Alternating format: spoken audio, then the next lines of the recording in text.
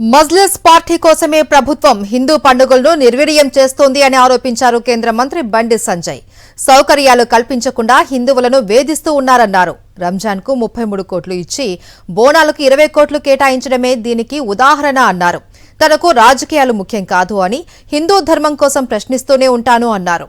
హిందువులకు జరుగుతున్న అన్యాయాలపై జంజీలు కూడా గళమెత్తడాన్ని స్వాగతించారు బండి సంజయ్.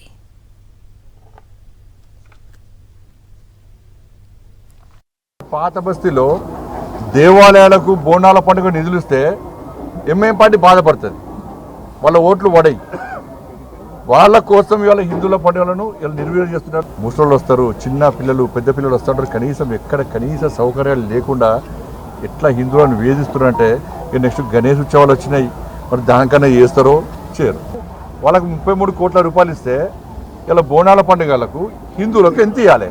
80% ఉన్న మరి లెక్క చేయి. ఇవి ప్రశ్నిస్తే మతతత్వం అంటారు. 100% హిందువుల కోసం ప్రశ్నిస్తలేను. రాజకీయాలు ముఖ్యం కాదు. హిందూ ధర్మానికి వ్యతిరేకంగా ఎవరు వ్యాఖ్యలు చేస్తారో ప్రశ్నించడానికి కూడా మేము సిద్ధంగా ఉన్నాము అని చెప్పి మన జంజీలు రీల్ చూస్తుంటే చాలా సంతోషం అనిపిస్తుంది. మరిన్ని అప్డేట్స్ కోసం ఛానల్ ను సబ్స్క్రైబ్ చేయండి. నోటిఫికేషన్స్ కోసం బెల్ ఐకాన్ పై క్లిక్ చేయండి.